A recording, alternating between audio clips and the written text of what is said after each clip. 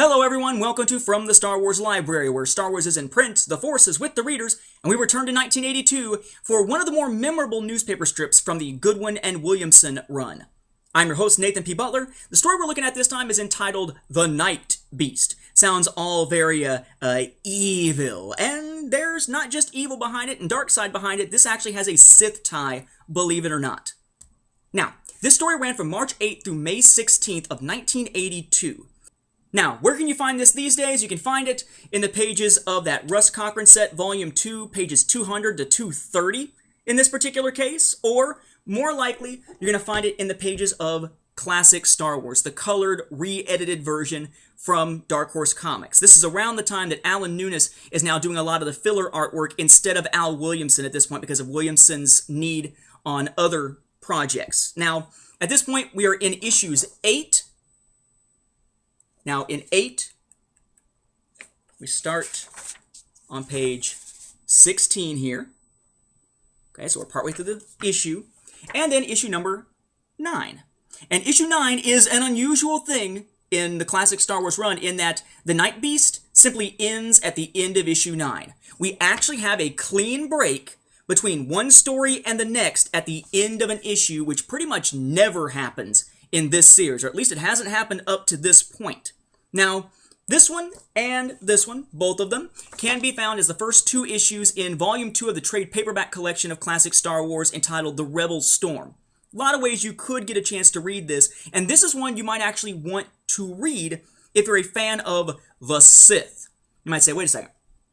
We didn't know what the Sith were at the time. We don't get much background on the Sith really until that comic series Tales of the Jedi in the 90s, so how could this include anything about the Sith? Oh, how else will something early carry references about something that comes later? A retcon, of course. Retroactive continuity. Tying something back into something else when it wasn't meant to in the first place. So the idea here is pretty straightforward. Our heroes finally make it back to Yavin 4. Yes, the Imperials are still attacking, but unlike in Traitor's Gambit, they're not going to divert to somewhere else. They are going to go straight to Yavin 4. When they arrive, or as they arrive, there is a TIE fighter that is blasted. And that TIE fighter winds up spiraling down and crashing.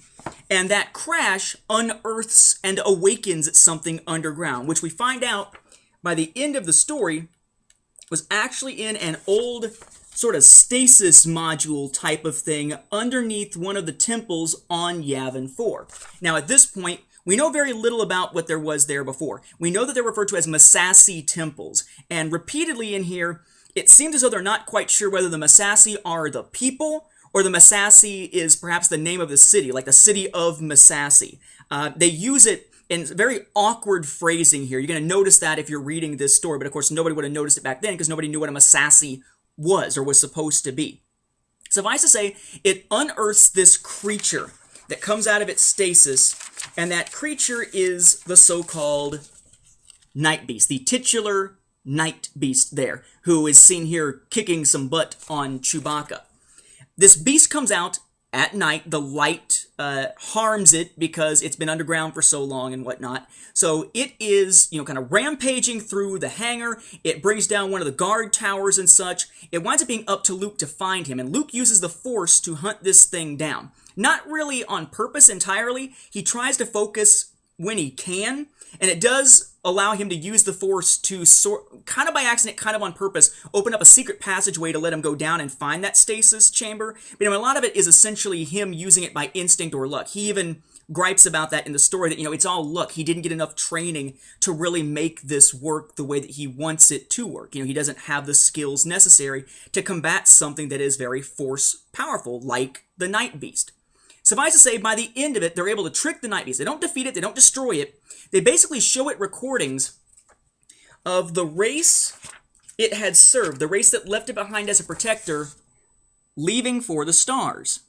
And the idea is that they provide it with a ship so that it can escape and leave for the stars to go back to wherever they left to. So maybe it can find its old masters. That it's screeching as a sense of loneliness and pain and unfulfilled duty. It's a longing that is causing it to lash out the way that it is. So give it a chance to fulfill its longing and maybe things will turn out okay.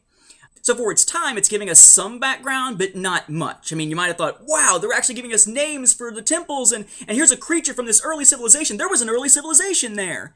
But that's about it. You know, you could have kind of guessed there had to have been an early civilization if there are temples there. We just didn't know much about them, and we still don't know much about them other than that they left for the stars and that the Night Beast was one of their guardian creatures.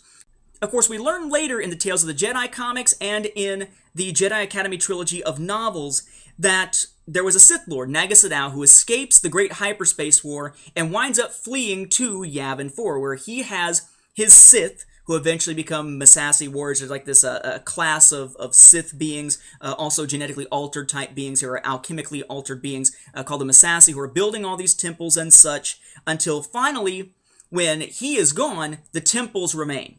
To be found then later by Exar Kun, who then imbues his spirit into one of them, but also, we learn in Tales of the Jedi, the Sith War number 6, he is the one who takes some of these alchemically altered Sith beings, or Massassi warrior beings, and sends them down to sleep.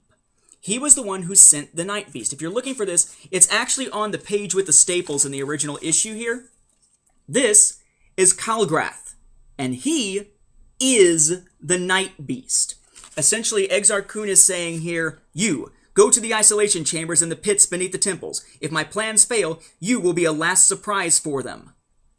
And it's just kind of a quick little throwaway little panel and line in there. But he, while being in stasis, having already been altered, will be in there for thousands of years. He eventually is the one who will emerge as the Night Beast, transformed by the Sith alchemy that was used against him, plus possibly something within the stasis chamber itself. They later used a retcon to tie those together. So now that we know a little bit more about Yavin 4 and the Sith influence there, now the Night Beast is kind of cool because it's this thing left over from Exar Kun's time there. But of course we had no idea about that at the time we would have been reading this back in 1982. So overall, is this story, as we always ask here, an essential read?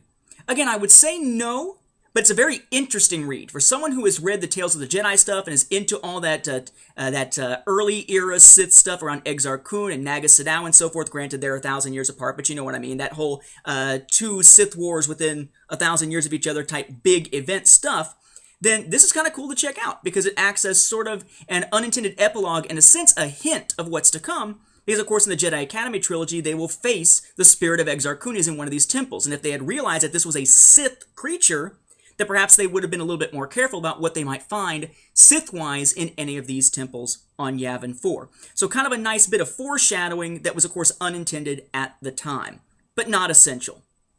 As always, thank you for watching, and may the Force be with the readers.